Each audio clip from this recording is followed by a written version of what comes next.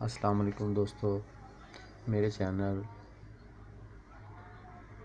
Khan technical میں خوش آمدید۔ آج کی اس ویڈیو میں میں آپ کو دکھاؤں گا کہ مختلف کمپنیاں اپنے ریٹس کیسے بڑھاتی ہیں۔ سب سے پہلا طریقہ جو ہے اس میں کمپنی کیا کرتی ہے کہ کوئی ایک پروڈکٹ جس کی قیمت 20 روپے چل رہی ہے وہ ایک دم سے 25 روپے کر دیتی ہے۔ اس میں ہوتا یہ ہے کہ اس میں عوام کو بولنے کا موقع مل جاتا ہے، ایکشن لینے کا موقع مل جاتا ہے، ان سے پوچھ گچھ ہو سکتی ہے۔ اس لیے اس طریقے کو کم ہی کمپنیاں استعمال کرتی ہیں۔ دوسرا طریقہ جو ہے وہ یہ ہے کہ اس میں کمپنی پہلے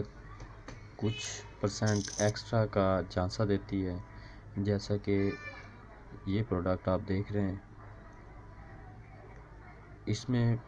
پہلے اس کا ریٹ 20 روپے تھا، کمپنی نے اس کا ریٹ 25 کیا اور ساتھ ہی انہوں نے ایکسٹرا 10% دے دیا کہ 25 روپے میں آپ کو 10% ایکسٹرا ملے گا۔ اس کے کچھ دن بعد انہوں نے وہ 10% جو ایکسٹرا تھا وہ ختم کر دیا اور ریٹ اس کا فکس ہو گیا 25 روپے۔ اس طرح کچھ ہی دن ان کو تھوڑا بہت لاس کرنا پڑا اور اس کے بعد ان کا پرافٹ ہی پرافٹ ہے۔ ایک مائنڈ سیٹ بن گیا کہ اب یہ چیز 25 کی ہے، پھر کسی نے وہ 10% ایکسٹرا والا نوٹس ہی نہیں لیا۔ ایک اور طریقہ جس کا میں آپ کو مثال دے رہا ہوں وہ یہ ہے کہ یہ ماچس پہلے 5 روپے کی ملتی ہے، یہ دیکھیں آپ کو قیمت 5 روپے نظر آ رہی ہے، یہ قیمت ہے پہلے اس ماچس کی 5 روپے۔ اب انہوں نے کیا کیا ہے کہ اس ماچس کا ریٹ کم کر دیا، 4 روپے کر لیا، لیکن آپ دیکھیں کہ اس کا سائز انہوں نے کتنا کم کیا،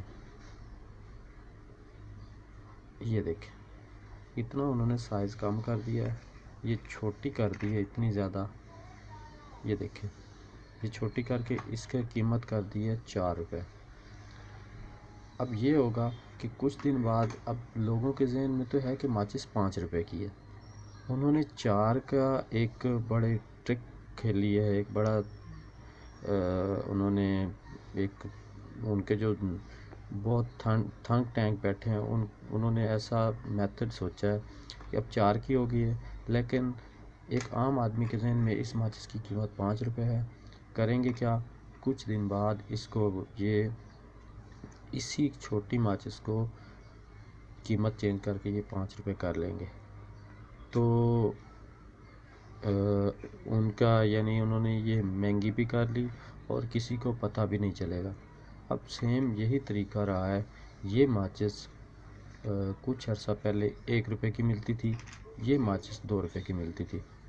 تو اب وہ اس کو کم کرتے کرتے اسی کو ماچس کا اس سائز پہ لے کے آ گئے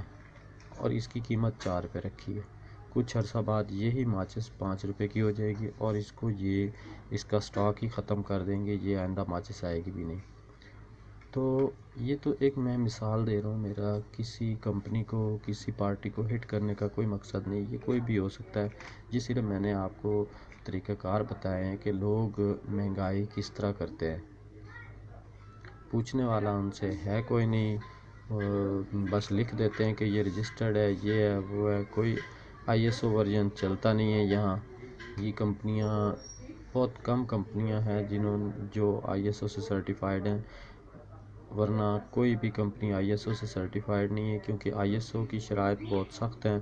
اس میں آپ کو ورکرز کا بھی خیال کرنا پڑتا ہے، ان کے ماحول کا خیال کرنا پڑتا ہے، ان کو جو آپ سیلری دیتے ہو، پے دیتے ہو، اس کو انٹرنیشنل سٹینڈرڈ کے مطابق رکھنا پڑتا ہے، ان کا علاج معالجے کا خرچہ ہے، ان کے ایکسٹرا ان کو جو ایکسٹرا ٹائم کے لیے پے کرنا پڑتا ہے، ان چیزوں کا خیال رکھنا پڑتا ہے۔ پھر اس میں کوالٹی کنٹرول کرنا پڑتا ہے کہ آپ جو پروڈکٹ بنا رہے ہو اس کی کوالٹی کیسی ہے، اس کے بعد اس کی قیمت کا بھی آپ کو تعین رکھنا پڑتا ہے، آپ کی کاسٹ کتنی آ رہی ہے اور اس پہ آپ ایکسٹرا کتنے لے رہے ہیں، یہ ساری چیزیں اس ISO میں آ جاتی ہیں۔ اس لیے چھوٹی کمپنیاں ISO سرٹیفائیڈ نہیں ہوتی، کیونکہ ان کا مقصد خدمت نہیں ہوتا، ان کا مقصد صرف اور صرف پیسہ کمانا ہوتا ہے۔ تو یہ کمپنیاں اس لیے ISO سے سرٹیفکیٹ نہیں لیتی، اور نہ ہی